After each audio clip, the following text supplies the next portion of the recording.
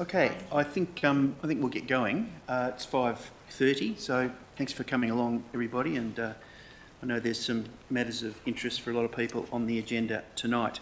So can I declare the meeting of the Shire of Derby West Kimberley brackets Commissioner open at 5:30.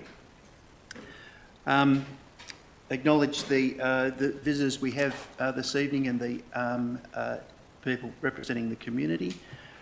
I'd like to also acknowledge the staff that we have in the room. So to my right we have Chief Executive Officer Tamara Clarkson, and we have Director of Infrastructure Wayne Neate, and we have Luke Lawrence, who is the Director of Community Planning. And I'd like to take this opportunity to acknowledge that Luke has been appointed to that role now, has in the past been Acting Director. So congratulations on the appointment.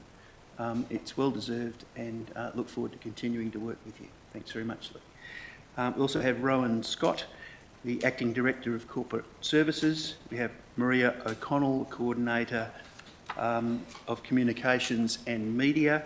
We have Colleen Balderson, Executive Assistant to the Director of Infrastructure. Ryan Balderson on my left, the Executive Assistant to the CEO, and apologies from Jill Brazil, Director of Corporate Services. Thanks very much. Let's move on. Item 2. This meeting will be video recorded and live streamed on the Shire's YouTube channel, with the exception of confidential items and periods of adjournment as determined by the presiding member. By being present at this meeting, members of the public consent to the possibility that their voice and/or image may be live streamed to the public. Recordings will also be made available on the Shire's YouTube channel and website following the meeting. The official record of the meeting will be the written minutes, kept in accordance with the Local Government Act 1995 and any relevant regulations. Item 3. Acknowledgement of Country. In the spirit of reconciliation, the Shire of Derby West Kimberley acknowledges the traditional custodians of country throughout the Shire and the continued connection to the land, waters and community. The Shire of Derby West Kimberley would like to pay our respects to the people, cultures and the elders, past and present, and the continuation of cultural, spiritual and educational practices of Aboriginal people. I add my personal voice to that vote of respect. Item 4, attendance via telephone or instantaneous communication. We have nil. Announcements by the presiding person. In recognition of some of the very significant issues that we've got on our agenda tonight, I'm about to make a substantial statement, so bear with me. The work that I've been doing since I started the role as Commissioner at the Shire has been dominated by a focus on finance and the coming year's budget. Some progress has been reported to the community either at Shire meetings or through 5 Commissioner updates that I have provided, and more of those will follow. Importantly, a balanced budget has been established for 25-26. As I have said to everyone I've spoken to about the budget, it is a tough budget, but the budget is foundational and sets the basis for sustainability. Inherent in finalising the 25-26 budget was a guiding principle to focus on core Shire functions and keep strong downward pressure on expenditure. The Shire's financial position demanded and continues to demand that focus.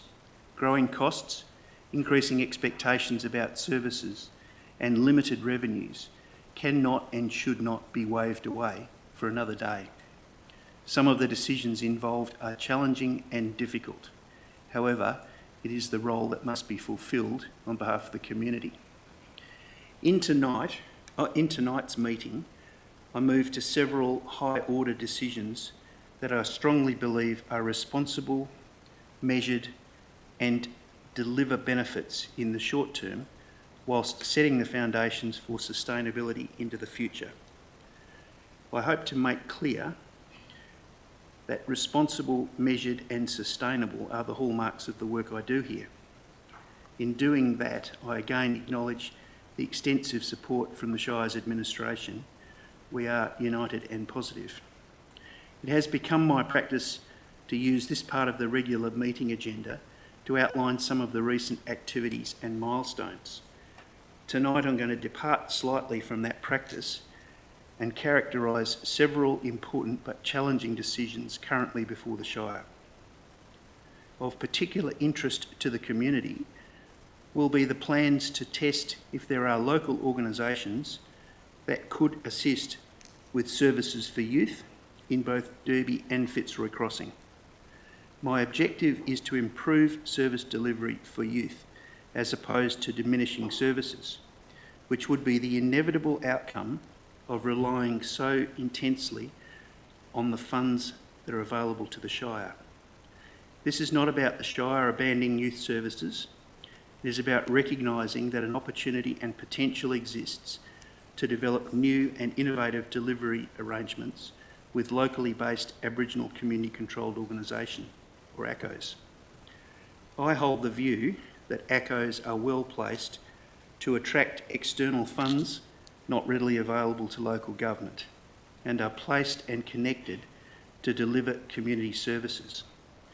ACCOs can be a stable base for training and employing local people, sometimes in significant numbers.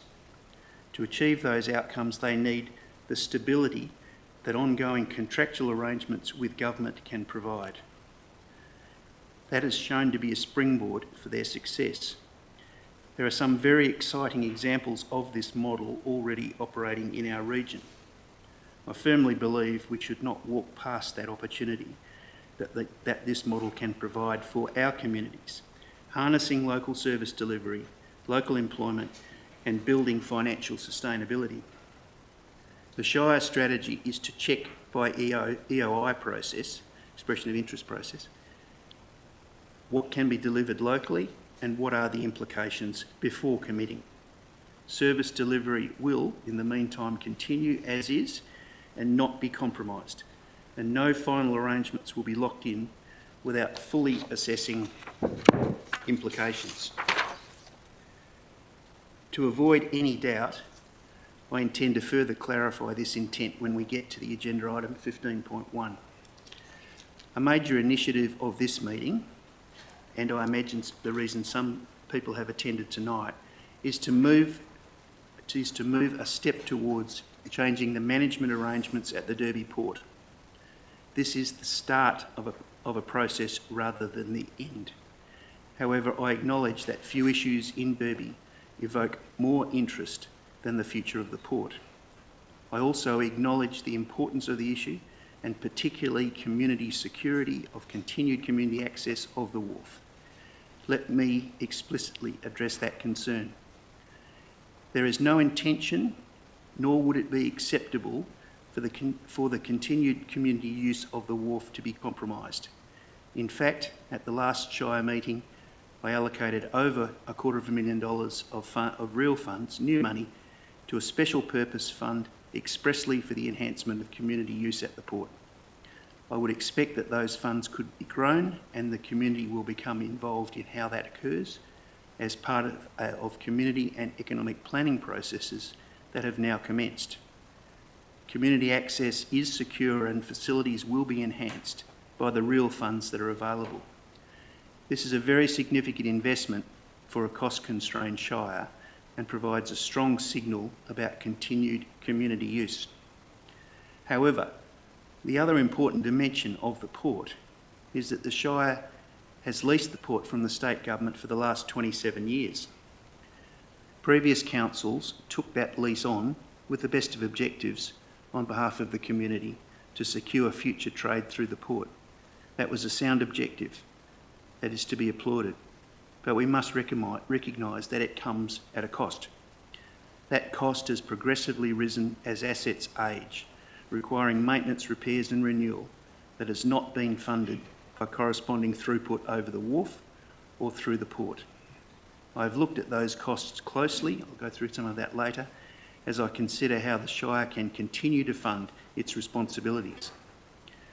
I approach the challenges posed by the Port cognisant of a non-negotiable demand from the community to retain and increase community access and use, and a strong and consistent demand from the community to help drive and shape future growth prospects if they arise.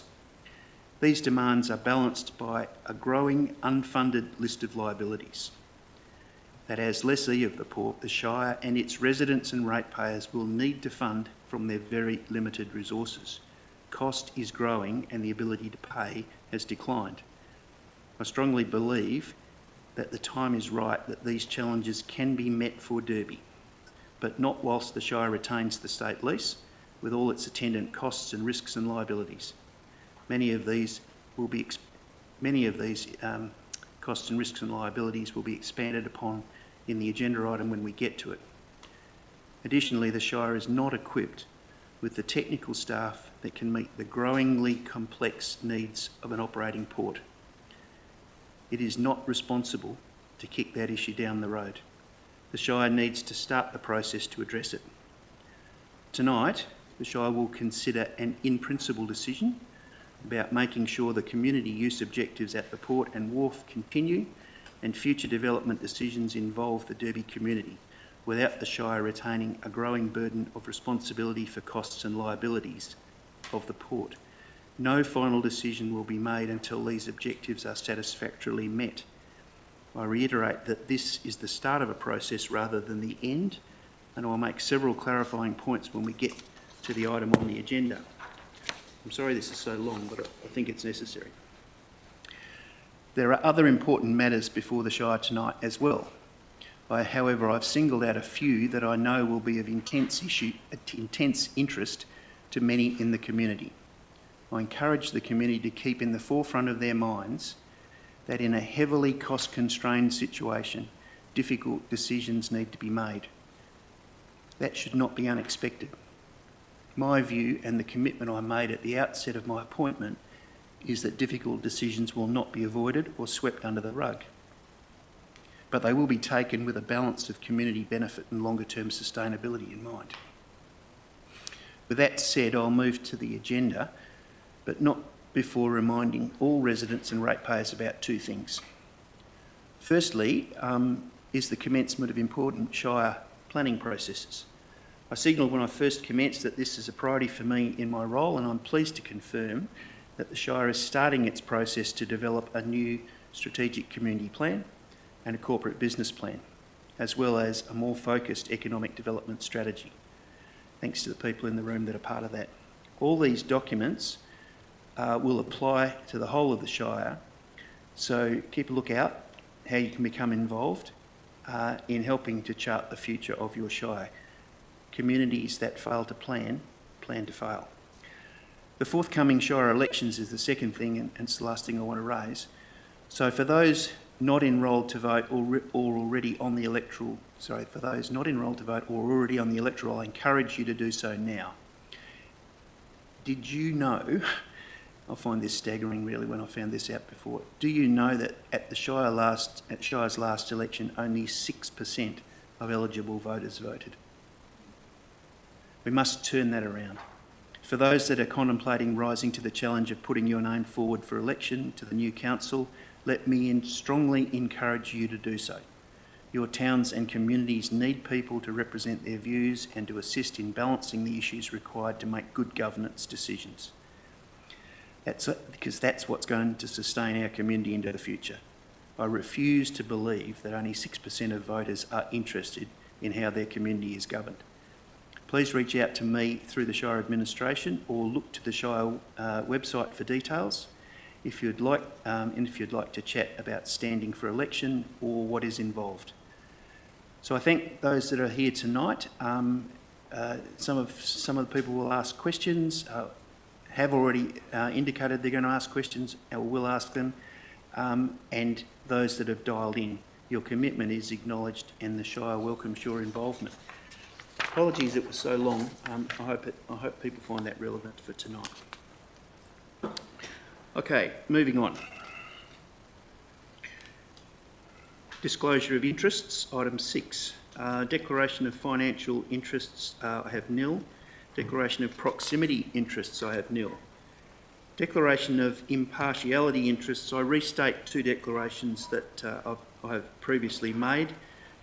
One that I'm a continuing councillor at the Shire of Wyndham East Kimberley, and also that I'm a director of Goomela Investments Proprietary Limited and director of Woonan Foundation, neither of which, to my knowledge, operate in this region. Applications for leave of absence, nil. Responses to previous public questions taken on notice. So we try to answer the questions we can on the night. However, there was a question asked at the last council meeting by Ms. Yolanda Lombardo of Derby that we took on notice. It required a specific answer.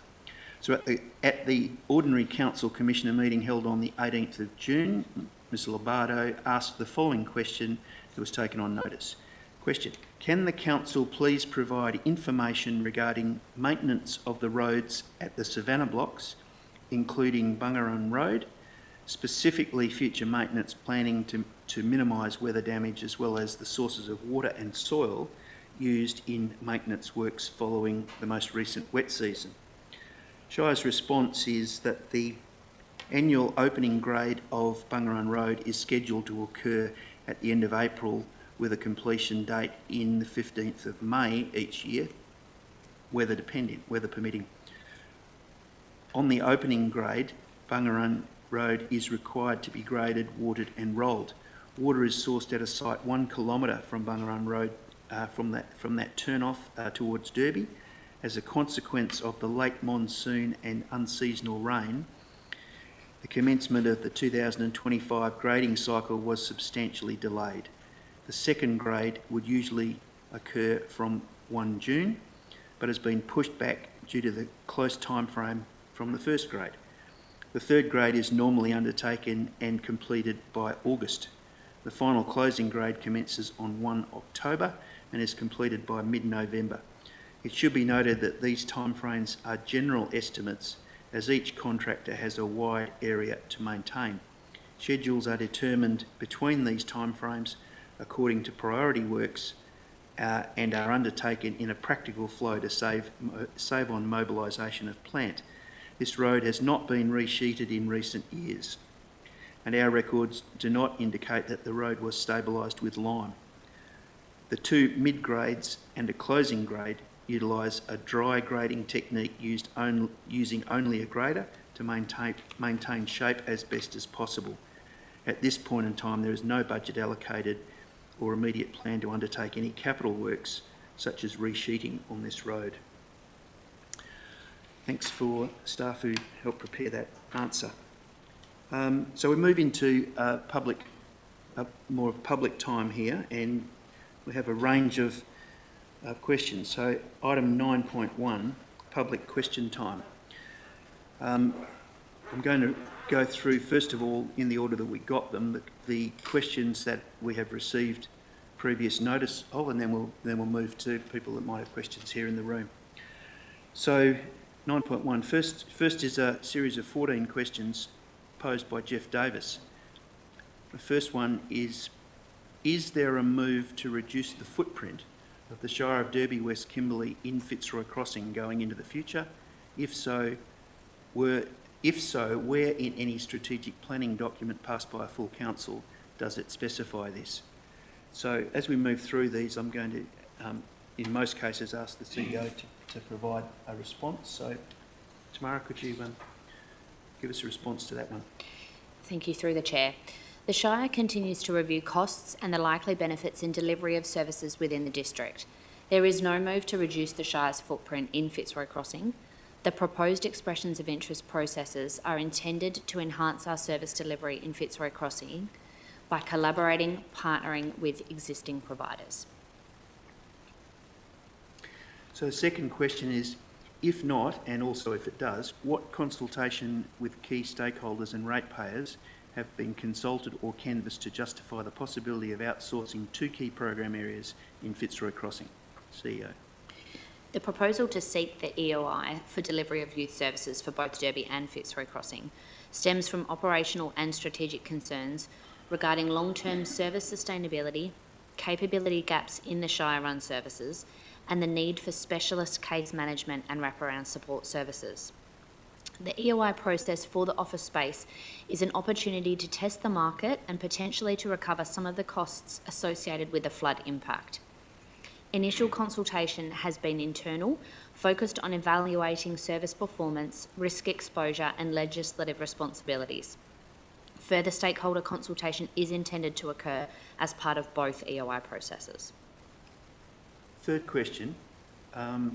Jeff Davis says, I note in both motions preamble, the consultation was stated simply as internal. Who internally was consulted and thought that outsourcing was a good idea? CEO. The answer to this is the CEO, directors, members of the organisational management team and the youth services leadership team. Fourth question is, was there an offer from communities/DFES to lease part of the Shire office facility for their purposes in the past 6 months? If so, why was the offer not accepted? An inquiry was received in mid-July 2025. This was being progressed as a memorandum of understanding for a short-term period. However, a suitable option was found at another location. Next question. For an item to come to council, there is a section that asks for what consultation has taken place prior to the recommendation being put forward by the officers. For both the items listed, what Aboriginal-controlled Indigenous organisations were consulted and what feedback makes the officers feel that there is, one, an interest from them and two, a capacity to complete the outsourced program effectively? CEO.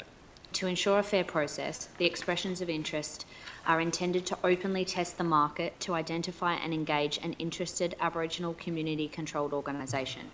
The criteria for the EOI is in development to ensure that an ACO does have the capacity to deliver the program effectively. Question 6. What will happen to the shopfront capacity to deal with the tourists that need information about the possibilities of their stay in Fitzroy Crossing? With the EOI process for the office space at the Fitzroy Crossing Visitor Centre, it is proposed the organisation that leases this space will deliver this service. By employing local people with local knowledge, the level of customer service provided to tourists will increase.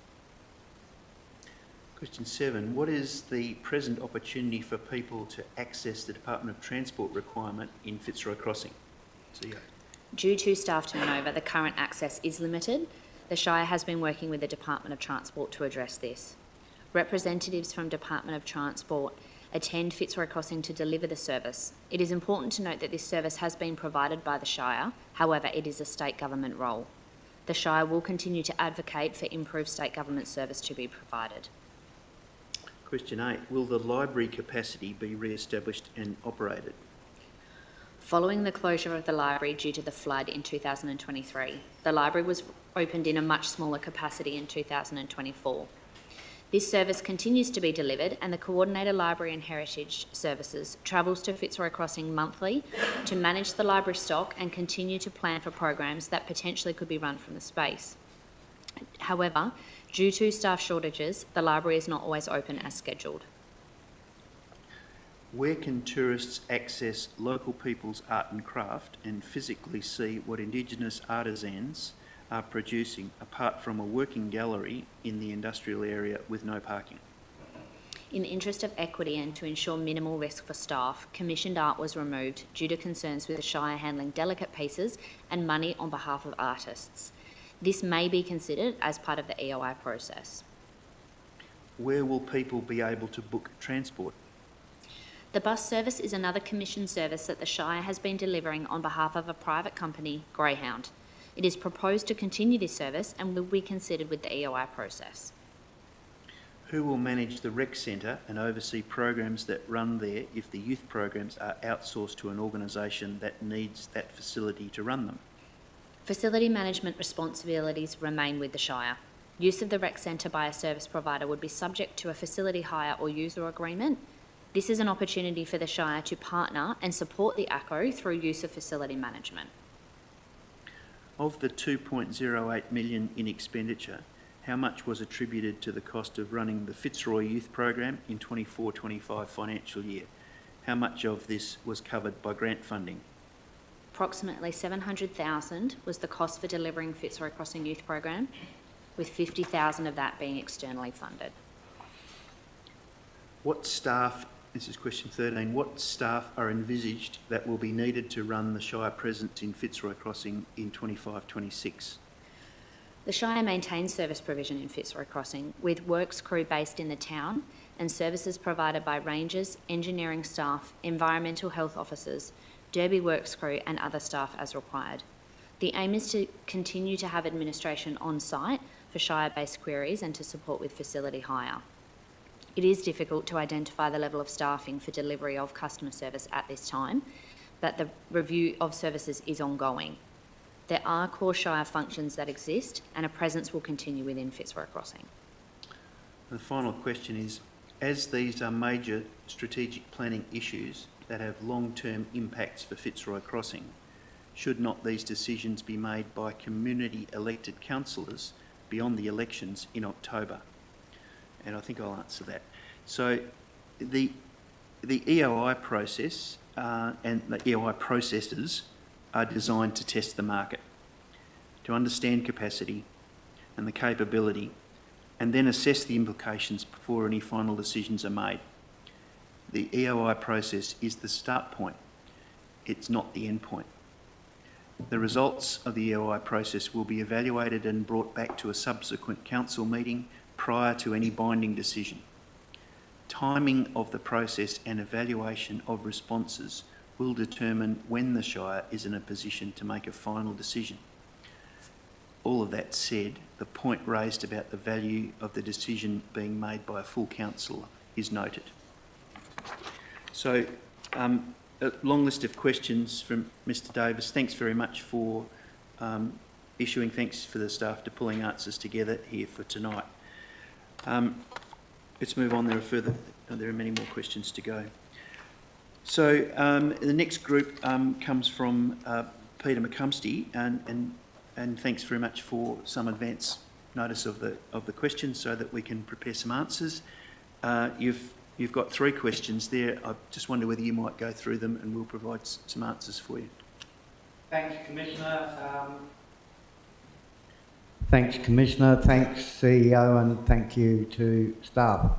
The first question I have is, can the Commissioner provide an update regarding the state of the Jetty Road and what, if any, plans or arrangements are in place to repair and or replace severely damaged sections of all of this important access road to the port? Thank you. So you'll be aware that in asking that question that the CEO and the Director of Infrastructure have been working on this particular piece of road for some considerable period.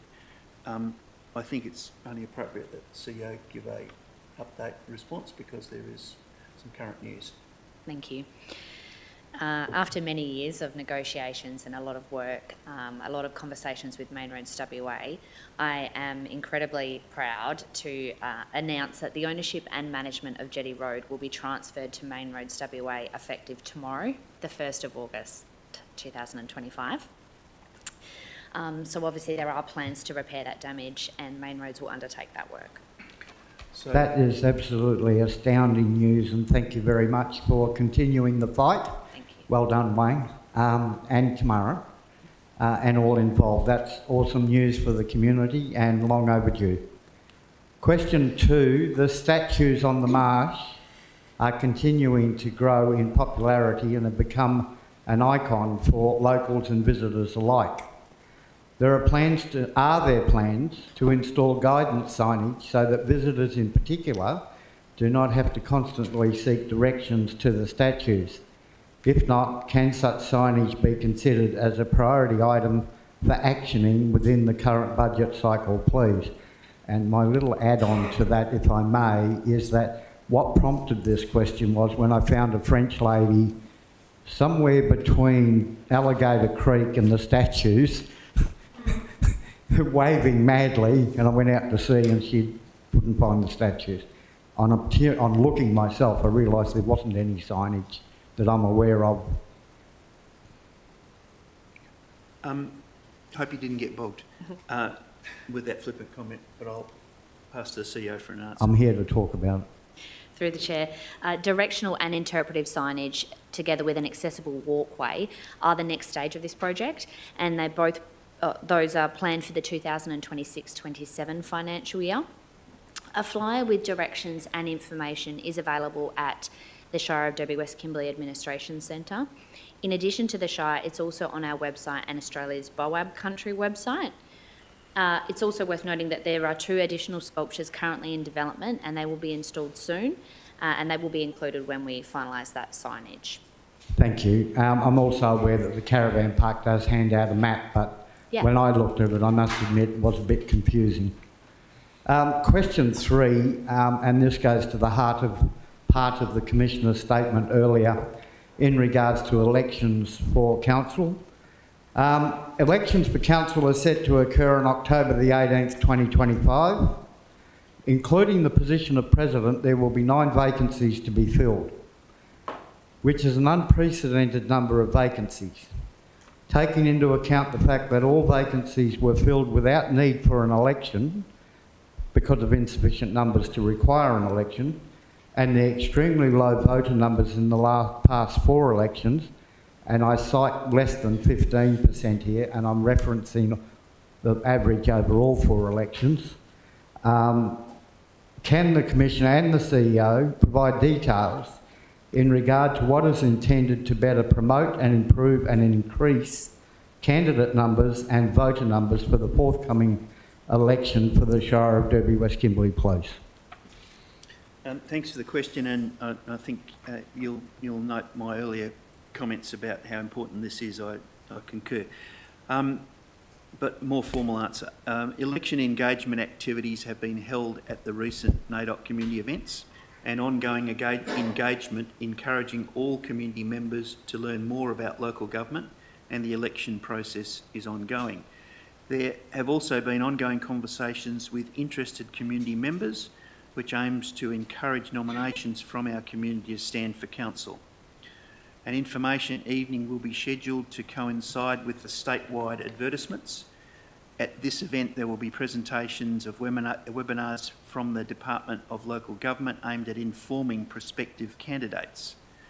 Shire officers will also have a dedicated stall at the upcoming Kimberley Aboriginal Law and Cultural Centre Calac Festival, where they'll be promoting the October election, encouraging potential candidates and providing information on how to nominate and how to access early voting options.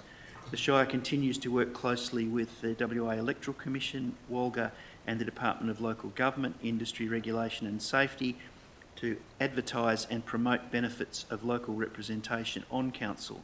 As per previous years, once a returning officer is appointed, remote voting will occur with our remote Aboriginal communities supporting everyone to vote. I will also be meeting with the Office of the Minister for Local Government next week and WALGA in Perth on this subject to see what else we can do.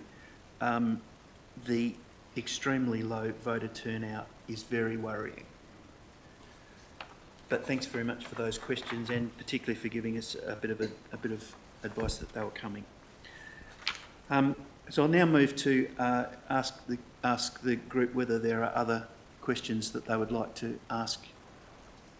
No, I think there is one. Sorry, there is one. There is one from Paul White. I think you're first, Paul. Right. Thank you, Mr. Commissioner. And we've been hearing good reports on how you run things. And my question comes from concern out of the majority of the public think I'm still on council, seeing I was on council for 20 years until 2 years ago, and Deputy President for 20 of those. And I don't even know if you can solve this question, but I'm certainly hoping you can. So I will read out why I've posed the question the way I am. As a long-term resident of Derbyshire, a ratepayer many years and over 4 different residences throughout my life, I'm interested, I think, in what has happened with the council, and nearly everyone who rings me up and talks to me are very interested in what has happened to council recently. So as 5 Shire councillors all resigned on the same day, it's raised many questions as to why. It was an unprecedented event that has impacted our local community in a very negative way. Up until 2 years ago, I've already said that stuff. I'm not asking for the technical data. I don't think our community, especially when you see if there was only 6%, as you said, voted, most people don't want to know the technical data, they just want to know the truth. But rumours are running rife for over 4 months now, and they haven't ceased. I still get different ones asking me, why did 5 councillors resign immediately? Over this past month, we've had so much media coverage, and when I say media coverage, I'm covering everything, your TVs, radio, everything, on why Nedland Shire Council went through a similar situation. Then more recently, Coolgardie went down as well. I'm amazed by all that media coverage that's gone out on radio, television, etc., etc. And for these two councils, and yet no simple statement is going out explaining why 5 of our local councillors, 4 of them, still prominent and successful businessmen in our community, all resigned at the same time. The 2 main rumours, so I'm only going to, there's lots of rumours, and believe you me, it's gone from 12 to 18 million, the debt we're supposed to have. But the 2 main rumours are incredible financial difficulties with huge debt in our Shire that couldn't be overcome, and secondly, no confidence from those same 5 said councillors in the current Shire President. The Derby residents and ratepayers need to be simply informed with the truth before thinking about running another election. And if we do run an election, hopefully we'll get a new council that can manage the affairs of a Derby Shire well. I say this with really good intent. I love my 20 years on council, and there's no way anyone's talking me going back on it again. Okay. There's a lot in what you've just said. I'm not about to address rumours, would be my first step. I have put out into this community, and the reasons that previous councillors resigned are the reasons the previous councillors resigned. That is not my business. I was appointed to stabilise governance for this community, in this community, and to prepare the community for elections. I've put out now 5 public pieces of information indicating what I faced when I got in here, and I have pointed to a significant cash flow problem, which we have turned around. It's not perfect, but we've turned it around. I've then also very openly pointed out that the underlying budget situation of this Shire is not good and has not been good for a considerable time, before the period even of the most recent councillors. So let's let the community be under no misapprehension. The budget of this Shire is very challenged, and for some considerable time, successive councils have been in some way, I'm about to use the word neglecting, and that's probably a bit hard, but not investing in asset management because they didn't have the funds. That will bite people in the long term. Progressively, this became worse and worse, and the situation with the Fitzroy floods and the cash flow that created is the nub of the financial problem. Underlying budget difficulties and the impact of the Fitzroy flood. That leads us to a point that the councillors resigned. I make no comment about why they resigned. That is totally their business. But they resigned. And at that point, the state government has no option but to step in because quorum could not be achieved. And then that's when I was appointed, and my role starts there, from there going forward. So I've looked back, and I've said this on now to at least 2 of the council meetings, public council meetings that I've chaired. I've said I have looked back to the extent that I need to understand the situation, and I've just given you my overview of what that is. But my focus is looking forward. And my focus is looking at where the council is today, where the Shire is today rather than the council, where the Shire is today, what the budget looks like now, and what we can do about setting the foundation going forward. So to the great credit of, and Jill's not here to acknowledge her, but like Jill should be acknowledged for helping with the budget there. To her great credit, and the finance team, we've been able to put a budget together that's pretty tough. But it's a budget that's balanced, and it sets the foundation for a new council. It cuts everything back to core. No, I cannot say that any clearer. It cuts everything back to core. And that's deliberate as a basis to build from. Any incoming council now has the capacity to be able to build operations going forward. It'll take a while, and I will be doing a report that becomes public at the end of this, but it'll be about what we can do, my suggestions about going forward, and I'm doing that in the best of good faith for an incoming council to pick up. So my focus, in summary, is not looking back. There are underlying financial issues here. The nub of your question is that it goes to the reasons why people resigned. I'm talking about the landscape in which they resigned rather than their individual specific reasons. You'll have to talk to them about that. But I'm focusing on going forward. So it's a long answer to your question, but that's as much as as my answer is going to be. But thanks very much for your question, and I'm hoping, whilst I'm addressing it to you because you've asked it, and you're indicating that there are other people in the community that are interested, I'm hoping that people that are live streaming this can pick up on that as well. Unfortunately, I already understood all that, Well, Jeff, and I understand. I think I stated at the beginning of the question, maybe you couldn't answer it, but unfortunately, the public haven't got the message, and that's not your fault. I'm not saying it's your fault, but they definitely haven't got the message, and I just tried to explain how they just simply want to know. It's unprecedented, let's be honest, and it has been hurtful for these guys as well. I have a good relationship with all these guys. I'm not picking on them, but the community does want to know, even though they don't vote. All right. I've answered as much as I can answer tonight. So we've got a second one here, and it's from Jeff Harrower. Thanks very much, Jeff. Referenced item 13.2. I wrote that quite fast there, Commissioner, so I'll ask the question a lot better than what you see on paper there. Oh, okay. Go for it. And like I say, reference item 13.2, I think it is. Yep. In particular, item B, 3B. The question was, is there going to be or has there been public consultation on this decision to hand the jetty back to the state? And I'll say a few words to that. I agree with it.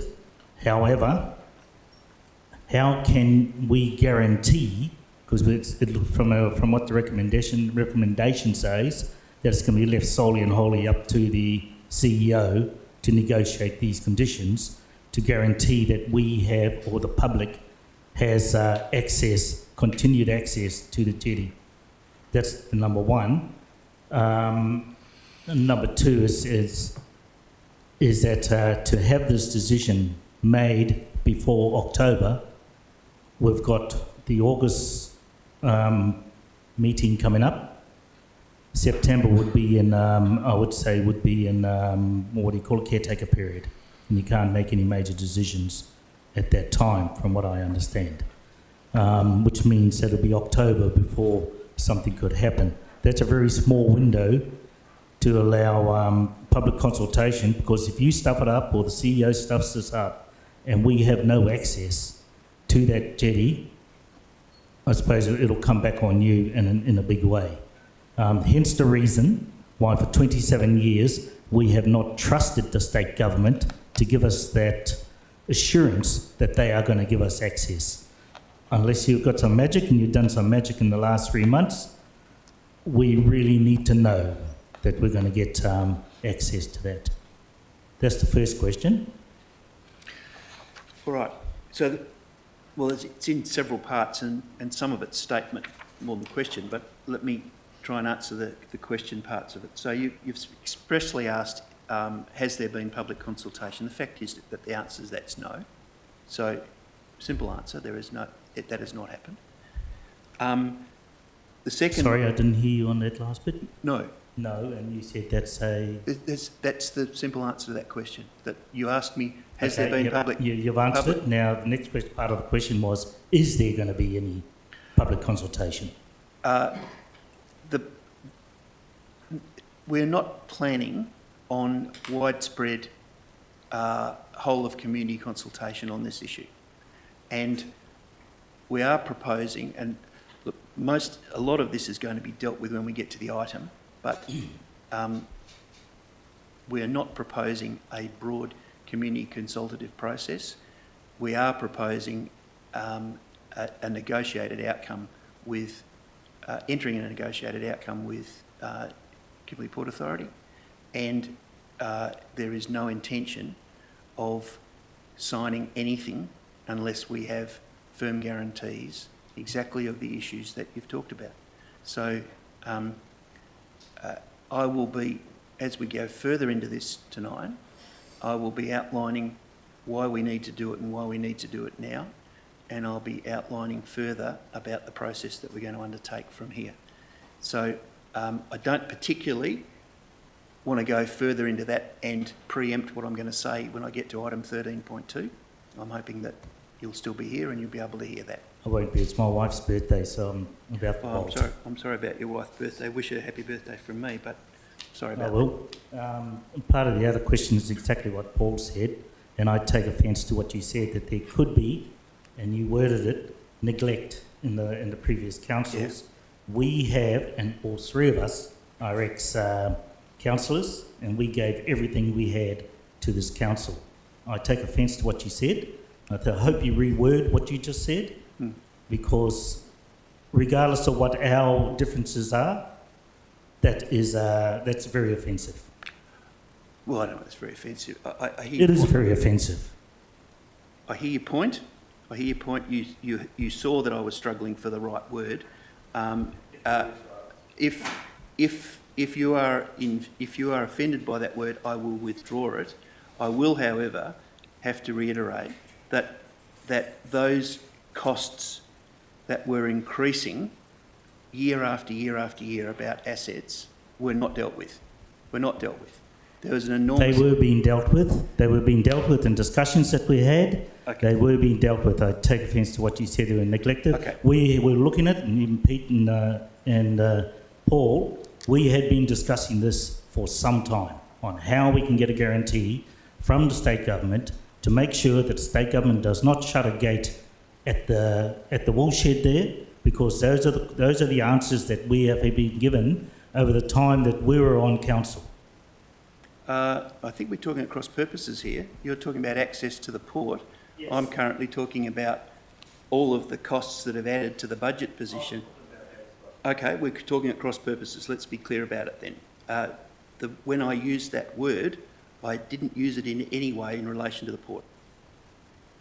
Did not use it in relation to port. It was about the overall budget position. It was about the overall budget position and the lack of maintenance for the assets. I'm not going to have an argument. I understand. All of that. I understand the position that I took up when I became the Shire President 8 years ago. Understand all of that and the challenges that this council has as a council with this budget, and it has had for the last 27 years, hasn't it, Pete? So what I'm saying is I do take offence to what you said. You said that about the previous councils. We have tried hard. We've given our heart and soul to this town and this region, Fitzroy Crossing included. So we do take offence to that. I've got to go to my wife's birthday. Thank you. It's another question? I had a statement on the next... Oh, sorry. Are there any... We're not quite there yet. Are there any other questions from those here tonight? Okay, well, let's move on to item 9.2, which is public statements, and we do have previous advice from Peter McCumsty that he would like to make a public statement. So, Peter, over to you. Thanks, Commissioner, and in part you've responded to my statement, and if I'm reading it right, when we come to item 13.2, you'll further expand on that. But I will make the statement as I first sent it in, because I think it goes to the general thrust of issues around the port. So in regards to item 13.2, Derby Port, transfer of management back to WA State Government, in brackets, Kimberley Port Authority. Given my previous roles as being the Shire President in 1997, when our council made the agreement with the Department of Transport, Marine Division, and then Minister for Transport, the Honourable Eric Carlton, and as the Shire President in February of 2025, who along with the acting CEO at the time, undertook preliminary discussions with the KPA CEO, I believe I am in a position to make comment and request a change regarding the process and timing of the decision making outlined in item 13.2 in tonight's OCM agenda on behalf of our community. First and foremost, I'd like to make it clear that I am in agreement with the direction and purpose of the report and the recommendations apart from parts 4 and 5 of the recommendations. I respectfully submit here tonight that any such final negotiation and agreement should, and in my view, be the role of an elected council and CEO who would reflect more significantly the community that they will have been elected to represent. Given that there are to be local government elections on the 18th of October this year, which is less than 3 months from now, this would not unduly delay or cause any issues for the KPA or our Shire terms in terms of financial maintenance or operational nature, I believe. While acknowledging the heavy financial and operational burden that the Derby Port is on our ratepayers and overall Shire budgets, it must also be acknowledged that the Derby Port, particularly the jetty and boat ramp infrastructure, are of extremely significant value to our community in terms of recreational, amenity and tourism attraction. This, in my view, provides substantial reasons and support for the request I make here for the Commissioner and CEO to consider amending the recommendation in relation to item 13.2 in brackets sections 4 and 5 to allow for the final agreement and determination to be conducted by the Shire President, representing Council, elected on the 18th of October 2025, along with the Commissioner and CEO. Thank you for your hearing and consideration of my statement and request on behalf of our Shire community.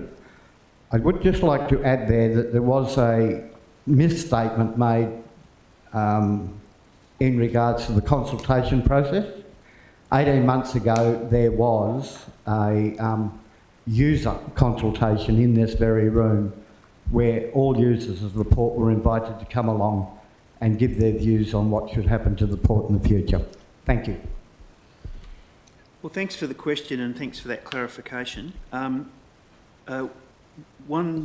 Before I give you a response, one small point of clarification that I'll make is in your last sentence there you talk about a commissioner being involved post 18th of October. My role finishes at the election, so that bit's not possible. That doesn't detract from the point you're making, so I'll go to the point you're making. So look, I note the statement and particularly your support to the direction and the purpose of the recommendation, as was inherent in Mr. Harrower's question as well, I note. I also acknowledge the request to delay a potential final decision till a new council is available, along with the rationale behind that request. I don't plan on responding to that request right now, but rather to take that into account as I make a decision on 13.2 when we get to 13.2. So thanks for your considered statement. Okay, 9.2. Are there any other statements? No. Moving on. Item 10. See it on the right page. Item 10, petitions, deputations, presentations and submissions. I have nil.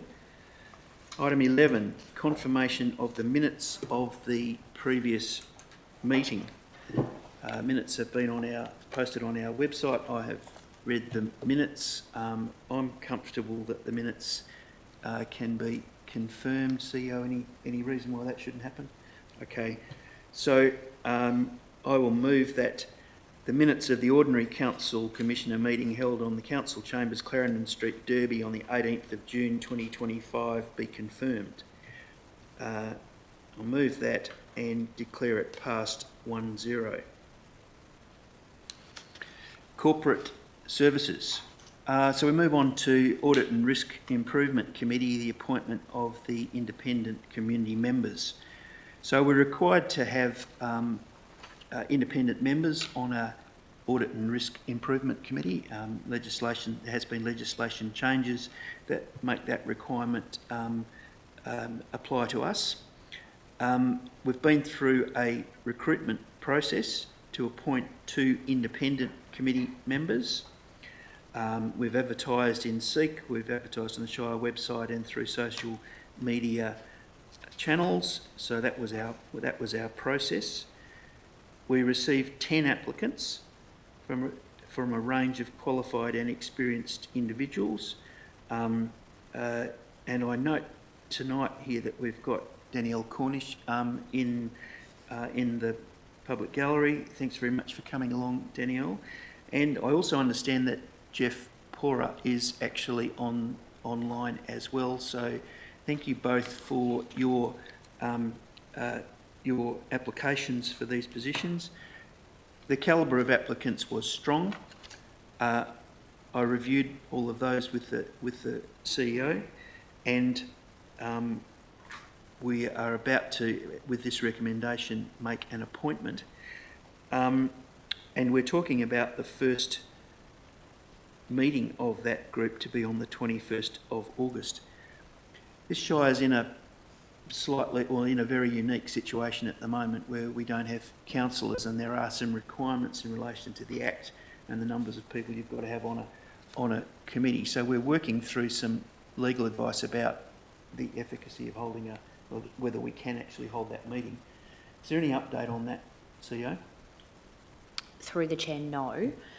While the scheduled and advertised dates of these meetings were published at the start of the year, and we are aiming to hold a meeting on the 21st of August, the last advice that we received was that there needed to be a minimum of 3 elected members to hold that committee.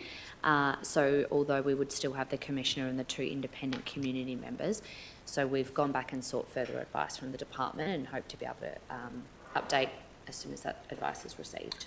Okay, so we're planning on. We are still continuing. Yep, we're planning. We are working towards that date. It may or may not, depending on the legal advice, be able to happen. But bear in mind, we only meet monthly. I don't want to let the appointment be held up. So, with that point of clarification, I'd like to move to the recommendation. The applications are in a confidential attachment. As I said, I have read those respective CVs and think that there's an impressive skill set available to us with the appointments that we're proposing. So the recommendation is that the Council Commissioner, by absolute majority, pretty easy when you've only got one, isn't it, in accordance with sections 5, 10 and 7.1A of the Local Government Act 1995, approves the appointment of Danielle Cornish and Jeffrey Pora to the Shire's Audit, Risk and Improvement Committee for the term 31 July 2025 to the date of the next ordinary local government election, 13 October 2025. So I'll move that motion and declare it carried 1-0. Congratulations and welcome to the structure of the Shire of Derby West Kimberley. It will be stronger for your involvement. Thanks very much. So I'll move on to another matter which has attracted some interest as well. Item 12.2 is the Fitzroy Crossing Visitor Centre, expression of interest for office space. So the core of this item is to look for endorsement to sublease part of the building known as Fitzroy Crossing Visitor Centre, subject to prior approval of the Minister for Lands, to an Aboriginal community-controlled organisation or equivalent, and the Fitzroy Crossing Visitor Centre has some excess space that the Shire believes can be better used to support some community needs. Shire is planning on conducting an expression of interest process to identify a suitable lessee, and we are constrained by needing to get an approval from the Minister for Lands for that lease. So the proposal's attracted some interest and questions and answers, which I've also taken into account in coming to this decision. I would like to make a small amendment to the recommendation. I'd like to add a couple of words in, so I will read it as I propose. The Council Commissioner authorise the proposed lease of a portion of the Fitzroy Crossing Visitor Centre, subject to the approval of the Minister for Lands, to a suitable Aboriginal community-controlled organisation or similar, as identified by the Chief Executive Officer through an expression of interest process. Have you got that suggestion? So I'll move that motion and declare it passed 1-0. Thanks for everybody's interest in that item. Moving on to 12.3, Statement of Financial Activity, June 2025. So this is the Council's financial position as at 30th of June. And as we all know, that's the end of the financial year. I hasten to add this is not the finalised end of year accounts. And there may be some movement as there are requirements, as requirements change before they're finalised. However, it gives us a pretty good view of where we think we're going to be. But I do need to have on the record that they are interim reports. I know there may be final of end of year adjustments that are still required. So the recommendation in front of me is that the Council Commissioner receives the monthly financial management reports incorporating the Statement of Financial Activity for the period ending 30 June 2025. I'll move that motion and declare it carried 1-0. Thanks very much. Thanks to the finance team.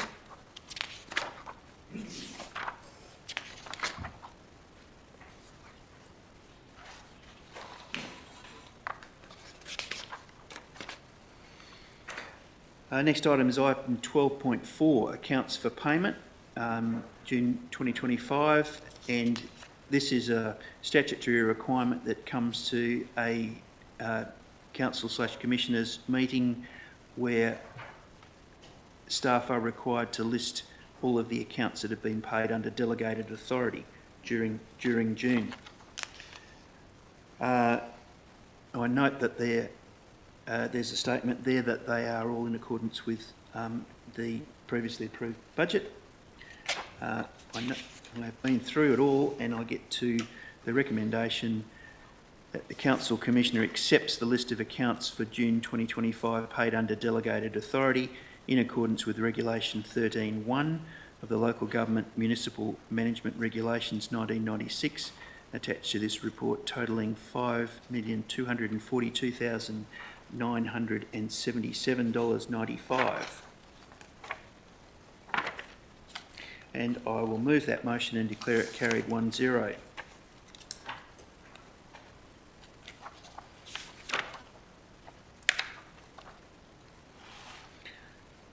Item 13.1, amendment to the policy PC4, the provision of staff housing. So this is designed to improve the clarity around eligibility to staff housing. The the paper outlines the arrangements about eligibility that are now much clearer, and that it is going to be aligned with our draft 2025 workforce plan. I've read the policy and it seems like a reasonable response to me, so I'm going to move the recommendation that the Commissioner adopts the amendments to Policy PC4, provision of staff housing, and authorises the Chief Executive Officer to make any relevant amendments to Policy PC4, to make any formatting or other minor wording changes to the policy. Move that motion and declare it carried 1-0.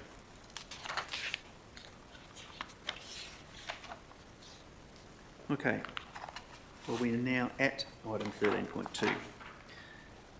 So, we all know this is a very significant item, so let's move through it methodically. It's about the transfer of the management back to the state government via the Kimberley Ports Authority. Most people are aware of the history here. It's well known. Some of it has been canvassed in previous discussions. My statement at the beginning and the statement that has been raised from the floor. I think it's really important that we consider and are very explicit about the financial implications of continuing to do what we're currently doing at the wharf.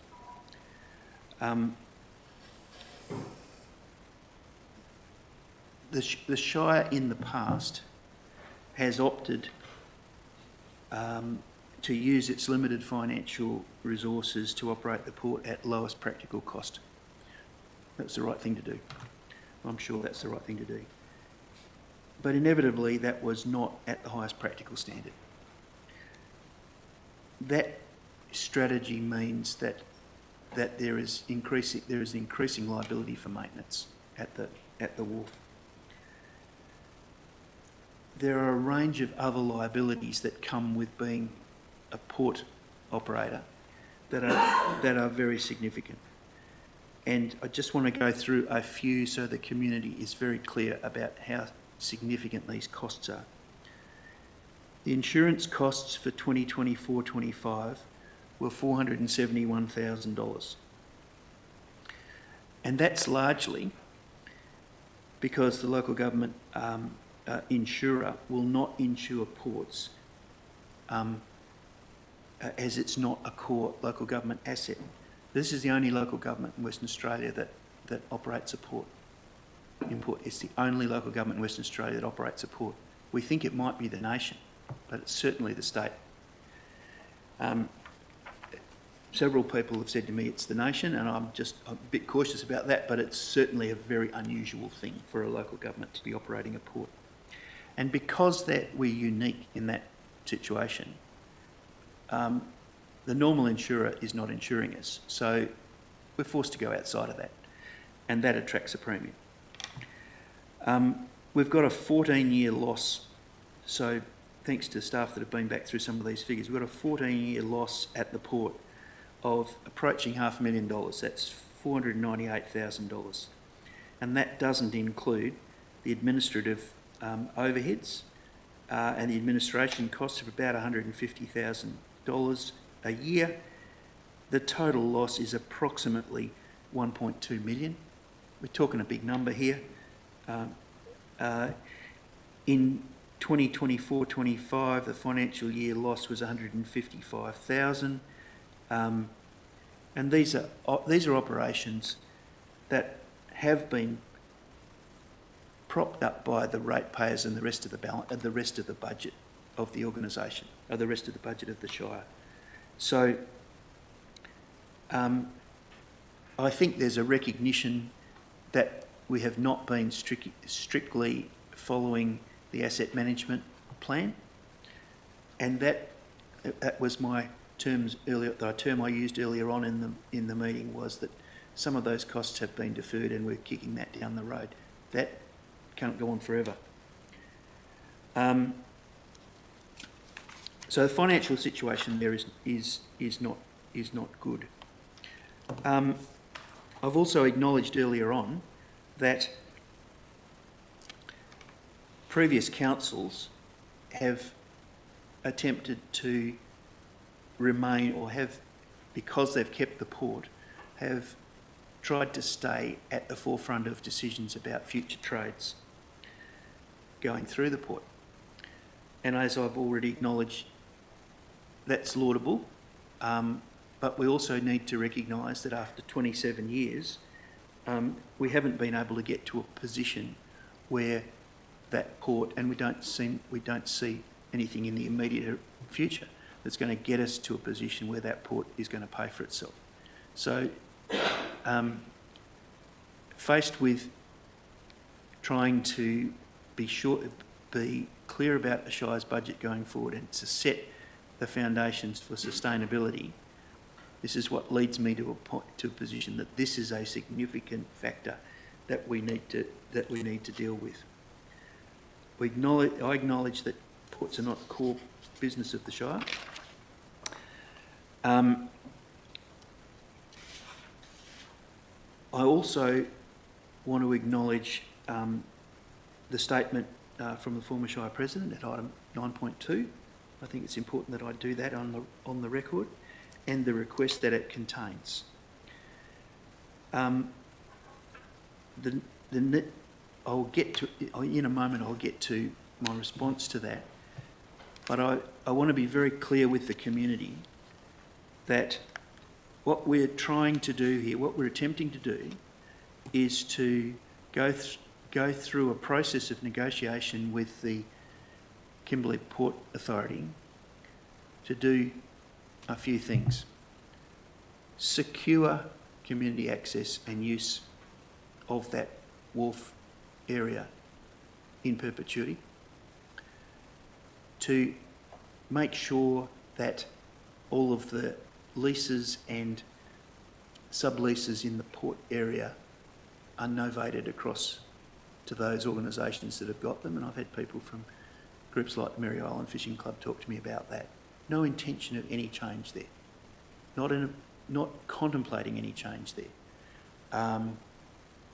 What we must do though, is that we must for the continued operation of the Shire's finances, we must cut off the bleeding part, which is the liability of the port. The capital cost of pulling the ship loader out is major. This is not a Shire that's going to be able to support that, and that's only the start of what you need to do out there. So I want to be very clear with the community. What's being proposed is to carve out the liabilities going forward and try and negotiate all of those across to the Kimberley Port Authority, and to firmly keep in place all of the community access arrangements that are there now, and hopefully increase them in future years. And the third point that I haven't mentioned yet is to guarantee a seat at the table when there's any discussion about future trades. Now, I note the comment that's been made earlier that there's a significant level of distrust that can be negotiated firmly.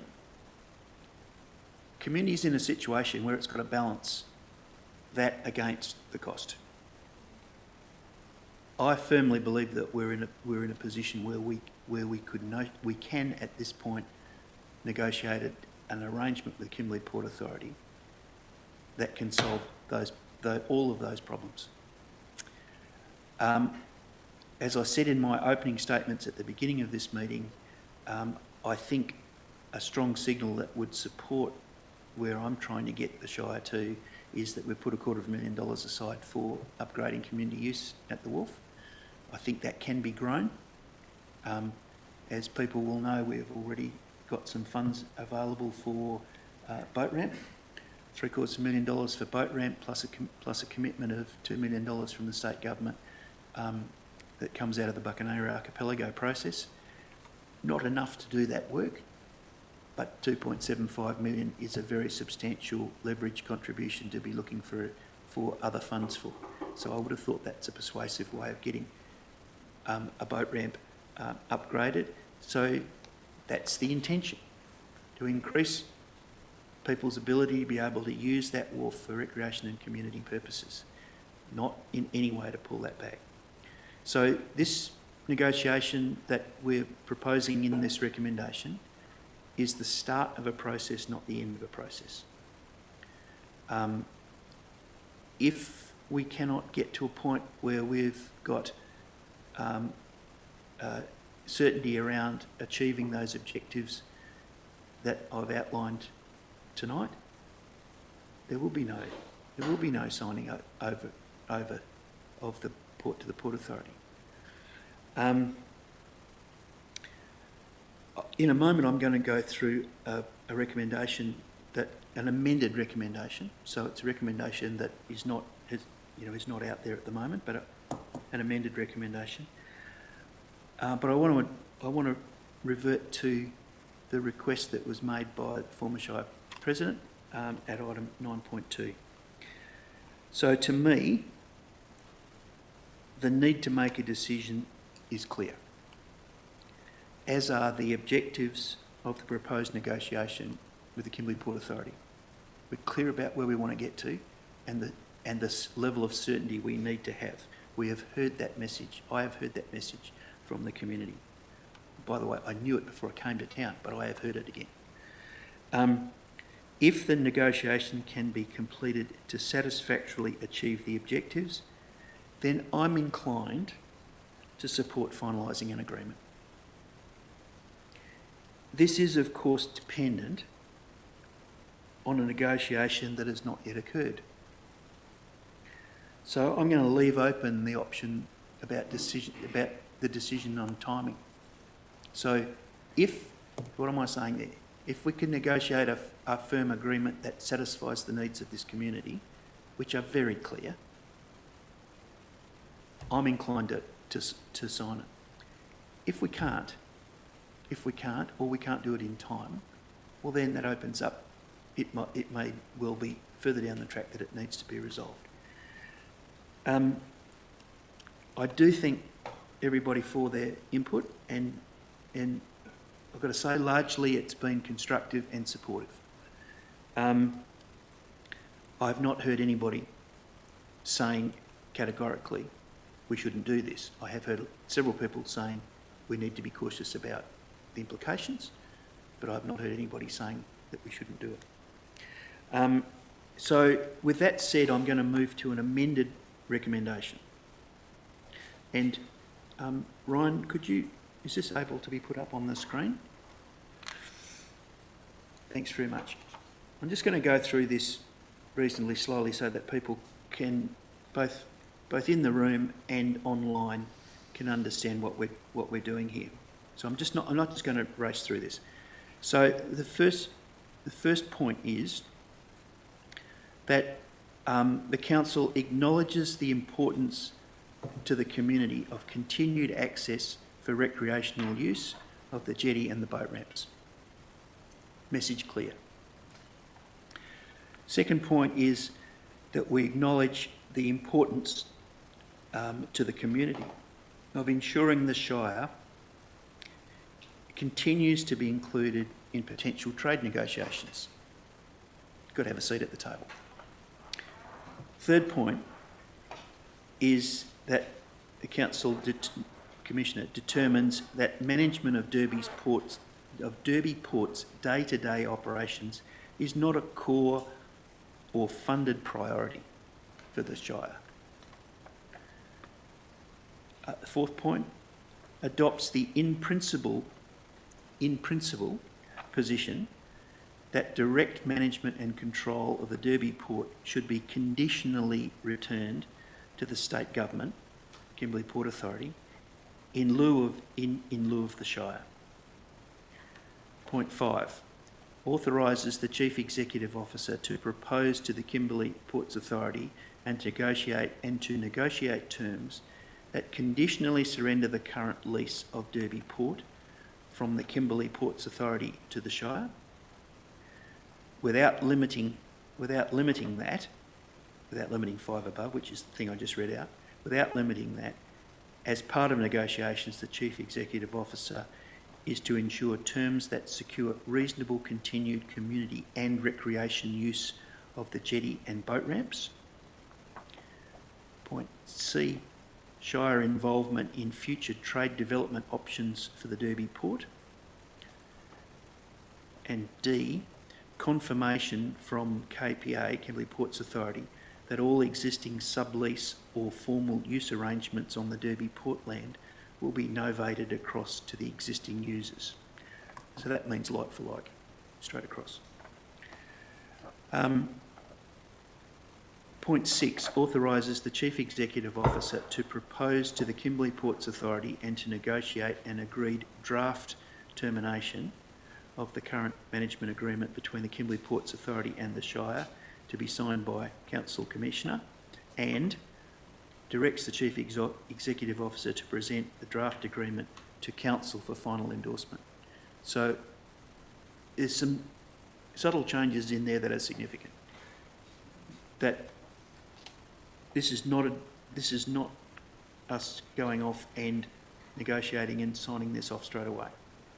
This is being very clear about our objectives that we must achieve, and then it's calmly bringing that back to another council meeting, at which time we will then have the level of certainty that we've got available to be able to be discussed. We would be trying to negotiate as high a level of certainty as we can. This will be the sticking point for everybody, so we're going to be bringing that back to a future council meeting. Now, that doesn't say which council meeting, and it will all depend on the timing of that negotiation. So, with that said, I'm going to move that motion, and probably the most significant one that I've done since I've been here, and declare it passed 1-0. And thank you very much for your passionate input, everybody. Okay, moving on. Item 14.1. We're up to 14.1.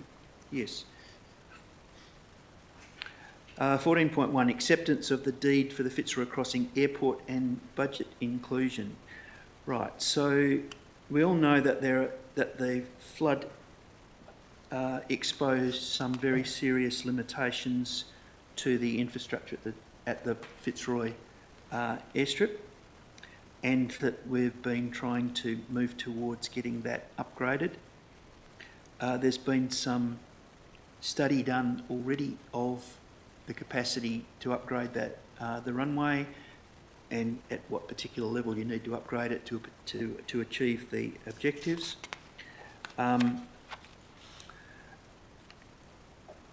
The deed that is in front of us has already been signed, which provides the Shire $800,000, or provides for $800,000 for the project design and construction preliminaries to be undertaken. Because the deed's already been signed, because this work's already progressed, the recommendation is about adding that to the budget as both an in item and an out item, in simple terms. I'm about to move the recommendation, but I just want to make sure from our Director of Infrastructure that I've covered enough of the key points. Is there anything I've missed? Through the chair, no, I think you've covered it pretty well. Okay. So, all right. The other thing I want to do before I move this is congratulate the Director of Infrastructure and the CEO. I reckon this is a really well constructed item. So, thanks very much for that. I'll move the recommendation that Council Commissioner by absolute majority endorse the signed funding deed between the Minister for Transport and the Shire of Derby West Kimberley for the project design and construction preliminaries from the upgrade of the Fitzroy Crossing airstrip for the sum of $800,000.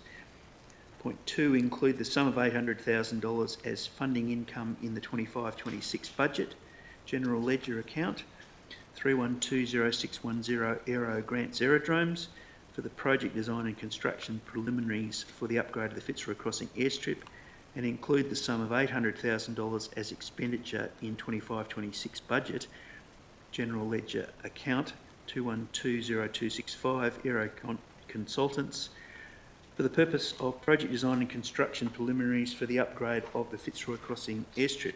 I'll move that motion and declare it carried 1-0. Thanks a lot.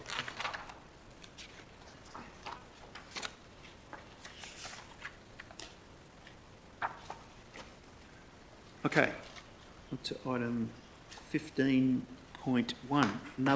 another matter that has attracted a lot of community interest, and one for which I think there is a very big upside available to us. It's about the youth programs in Fitzroy Crossing and Derby, and a proposition to go to expression of interest to partner with a deliverer of those services. So this has come about as we continually review our costs and the likely benefits. This is an operational matter. I acknowledge that this is an operational matter and it falls within the scope of the CEO to do, but to her credit, she's recognising that there's broader local political interest in this, so we've brought it forward to a commissioners' meeting. Might have been easier had we had a community strategic plan in place that outlined this, but I won't go there. Historically we run youth programs in Derby 6 nights a week, and in Fitzroy 3 nights a week. We've received funding from communities and Department of Justice as part of providing those services. We employ quite a few people both in Fitzroy and in Derby, and I acknowledge that these are significant programs impacting large number of young people. However, there is a very substantial funding shortfall, and I would like, this is available for people online to see this graph as well, Ryan. They're looking at this now too. That graph is... Yes, that could be updated for the people online. Can we share that screen, Maria? Is that... Sorry to put you on the spot. But while you're looking at that, the point I want to make for the people in the room is to focus on this graph immediately behind me. Yellow line at the bottom is the external funding that we get for these programs, and that people got, that's online now, I think, isn't it? That's a shared screen. And the red line is the operating costs.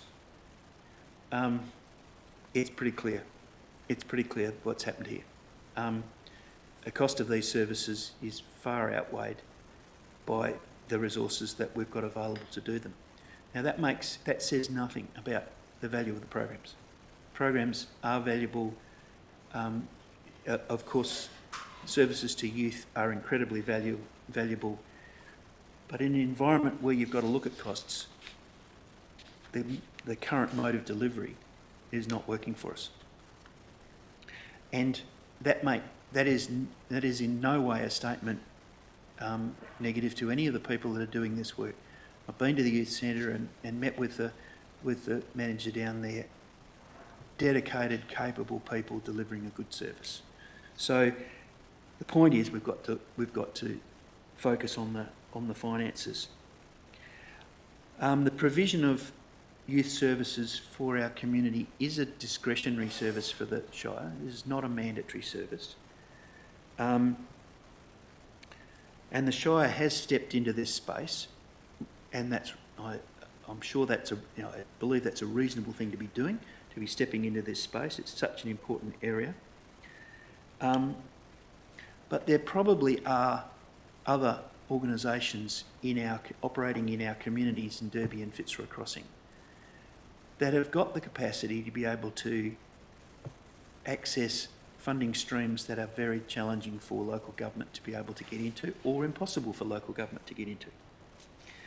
So the proposition is to do a partnership arrangement with an Aboriginal community controlled organisation in each of those towns. And the reason that we would be doing that is not only because they've got access to funding, but because we need access to funding to be able to deliver a service that is efficient and effective. We've got a requirement, an express requirement under the Local Government Act, that if we're involved in service delivery, we need to be making sure that it's effectively and efficiently delivered. The risks of delivering underfunded programs for youth, I don't need to go through what those risks are. That's a significant risk, and that's a growing risk for a Shire and Shire staff to provide. So whilst we train our Shire staff to do the best job that we possibly can, as these services become more in demand, more sophisticated, we need wraparound services for some of these kids that we're not going to be able to provide. So the proposition is to partner with a couple of groups that have potentially got access to a better funding pool than we have. I reiterate that this is, as the previous EO, this is the start of a process, not the end of a process. There's absolutely no intention to walk away from youth services.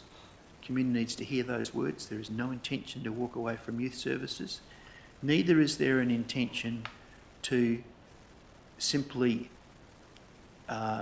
foist an underfunded system off to an organisation that can't deal with it.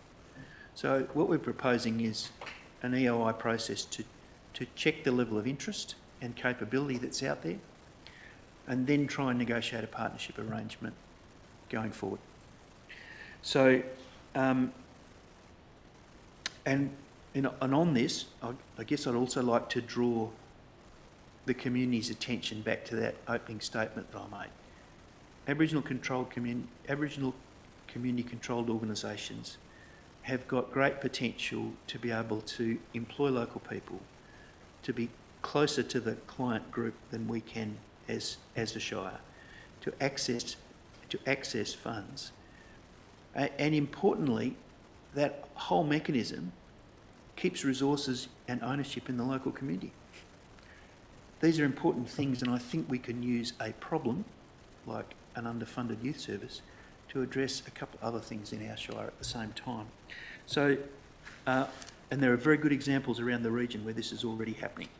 So, I think this is a big opportunity, and I think it's a big opportunity we should not walk past, but try and grasp. So, with that, I'm going to move another amended motion here. Could you, that's up there for people to see? Not yet, it will be in a moment.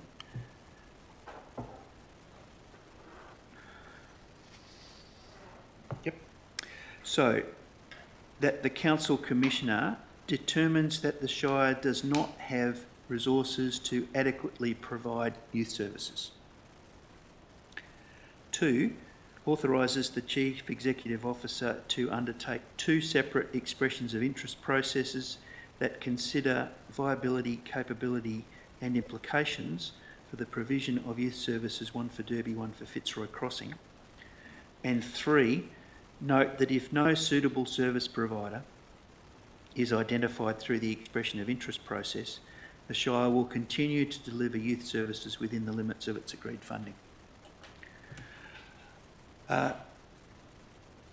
I think that that's a responsible and measured way of approaching a pretty challenging problem. I'll move that motion and declare it carried 1-0. And again, thank you to the Director of Community Planning. I think that's a well-constructed item and a persuasive item. Okay, moving on. Item 15.2, Local Emergency Management Committee meeting minutes. This is a Local Emergency Management Committee meet regularly, and Shire is an important part of that, so they are regularly putting their minutes to the Shire. This is a meeting that I happen to attend as well. I think it's a good group. One of the things I highlighted there that I'll reiterate again because we're online is about people's fire breaks. Don't forget to get your fire breaks in. The Shire is currently looking at compliance for fire breaks. Please make sure your fire breaks are up to date. That said, I think I note the minutes and I'll move the recommendation that Council Commissioner receives the minutes of the Local Emergency Management Committee meeting held on 20 May 25 as attached and declare that carried 1-0.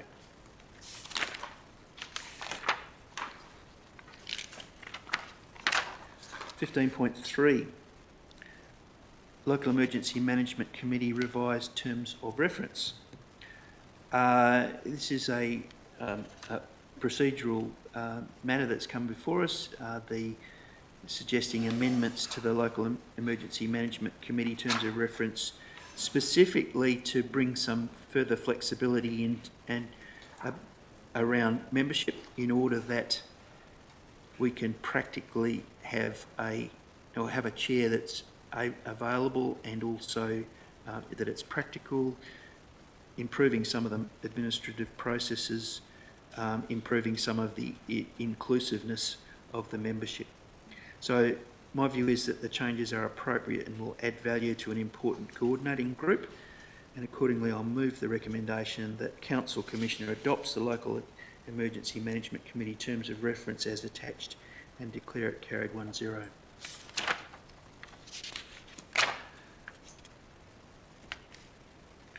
Okay, item 16, new business of an urgent nature, I have nil.